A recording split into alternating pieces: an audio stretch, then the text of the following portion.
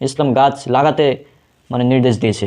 গাছ উজাড় করে দেওয়ার ফলে মানে গাছ কেটে ফেলার ফলে জাহান্নামের হুমকিও দেওয়া হয়েছে। সুনান আবু দাউদ হাদিস নম্বর 5239, আবু দাউদ 5239, এই হাদিসটা পড়বেন। যে ব্যক্তি কুল গাছ কাটবে আল্লাহ তাকে মাথা উপর করে জাহান্নামে ফেলবেন। ইমাম আবু দাউদ রাহিমাহুল্লাহকে এই হাদিসের তাৎপর্য সম্পর্কে প্রশ্ন করা হলে তিনি বলেন, এটি খুবই সংক্ষিপ্ত, অর্থাৎ খোলা ময়দানে কুল গাছ যার ছায়ায় পথচারী ও চতুষ্পদ প্রাণী আশ্রয় নিয়ে থাকে তা কোনো ব্যক্তি নিজ মালিকানাহীন অপ্রয়োজনে ও অন্যায়ভাবে কেটে ফেললে আল্লাহ তাকে উপর করে জাহান্নামে নিক্ষেপ করবেন।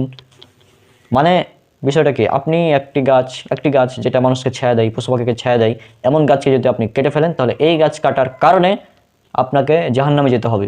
তো ইসলাম গাছ কাটতে নিষেধ করেছে।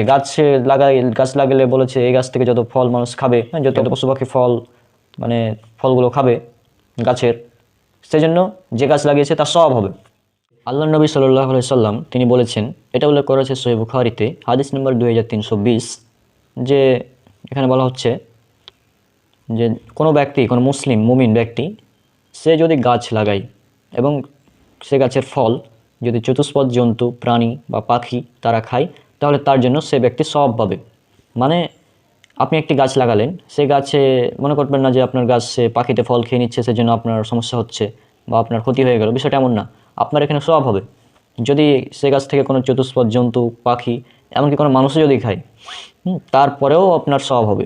আপনার গাছ থেকে চুরি করে কোনো মানুষ খাচ্ছে ফল, তারপরেও আপনার সওয়াব হবে। এটা হচ্ছে ইসলামের শিক্ষা।